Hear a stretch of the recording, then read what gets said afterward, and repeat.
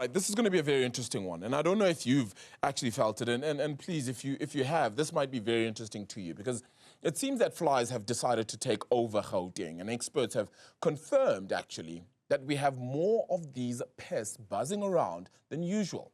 Let's look at what's caused this, and what you can do, perhaps, to protect yourself and not just consistently have to spray insecticide everywhere around your house. I'm joined now by Dr. James Harrison, zoology curator at the Wits Life Science Museum.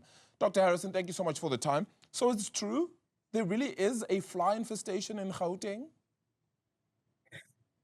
So due to the recent rains and the warm temperatures, the populations of opportunistic insects like flies can take this environmental ideal conditions, and because they reproduce so quickly, obviously their numbers can increase, literally over days or over weeks. So yes, it's quite normal to expect insect populations to be doing well under good environmental conditions. Should this be of any concern, though? And you've given us reasonings as to why it happens. Then, is there a point in time where it drops off and goes down, particularly, of course, as you head towards the winter? And is there a concern about this happening and the number of flies that then show themselves? So in preparing for this, I just did a little bit of searching on the internet, and one of the interesting things I came across was on the 15th of January in 2020, there were very similar news articles. So effectively, it's a cyclical thing. It's happened in the past. It'll happen in the future. The good news is, as we move from these current weather conditions into cooler temperatures towards winter, the populations will decrease in size, the flies will die back. But the sort of things that we can do to make a difference is, just like ourselves, flies need food, water, and shelter.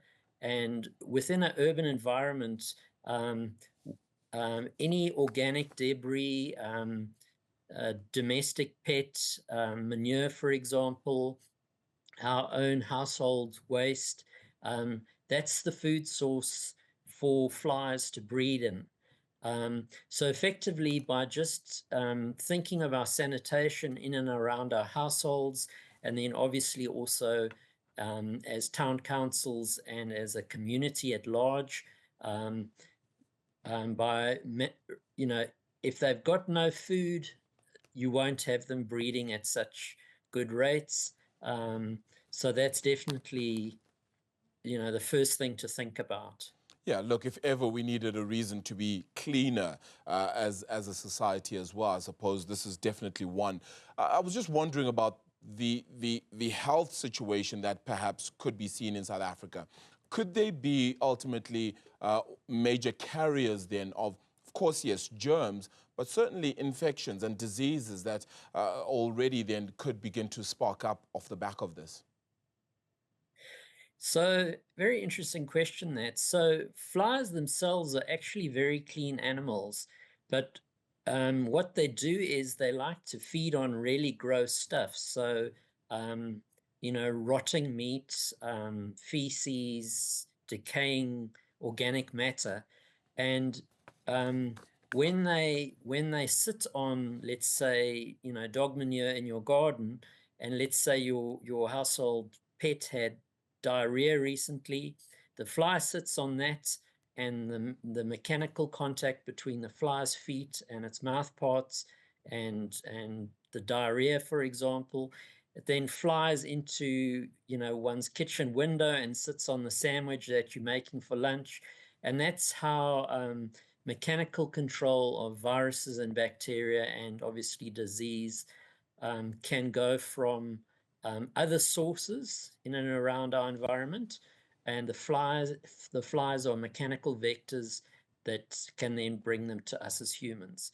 So definitely with the current high fly population, basic household sanitation keeping your kitchen counters clean and tidy, keeping on top of washing the dishes, obviously emptying your kitchen dustbin as regularly as possible, keeping lids on food containers, especially meat and things like that, good refrigeration, and then just ensuring that, you know, we often have a dustbin in our kitchen, but then we also have a refuse dustbin, say, outside the back door, and just making sure that flies can't actually get to this food resource that they can then use to breed.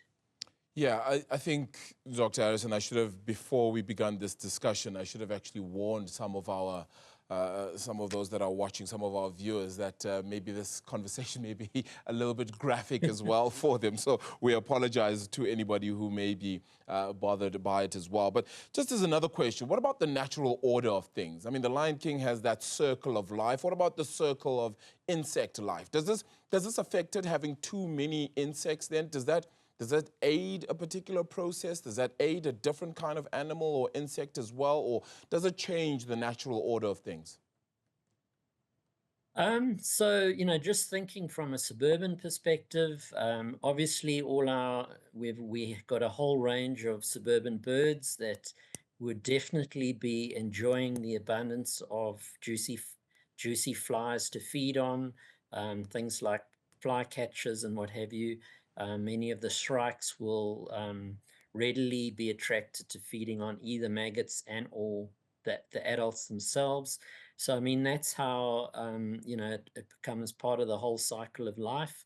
I think within suburbia, you know, man's impact on the environment and the natural populations of biodiversity within suburbia is generally a negative one. And that's probably why, you know, many of the insects that we regard as pest species then become more prevalent or more dominant than they actually should be. Yeah, very interesting then as well to actually have all of this happening. What about the prevalence perhaps then of waste sites? Has the growth of those and the amount of waste that we then put out, does that mean that we could see something like this actually continue to happen in future? Well, I mean, I was just thinking about this. Obviously, you know, we've just come through the December holiday season, and when, you know, we all enjoy a break, and, you know, part of that is just eating and enjoying ourselves socially. So, you know, potentially as ourselves as consumers produce more organic matter that goes into municipal dump sites, the way those dump sites, the way sewage plants, just the way our rivers are treated, all these aspects of our suburban environment, we have, you know, we can either control them in a way where we have good sanitation, or, you know, if, for example, we have the refuse workers going on strike, and an accumulation of household refuse, and, you know, often dogs then open up the bags or the bags get split open. Those sorts of conditions are ideal for things like houseflies to then breed and, you know, become a real nuisance.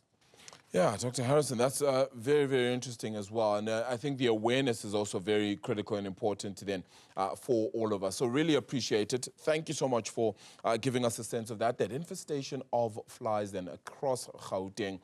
Please increase your cleanliness as much as possible then in order to avoid the continued spreading of any germs as well that may be adhered to with regards to the situation. Dr. James Harrison, Zoology Curator at Wits Life Science Museum.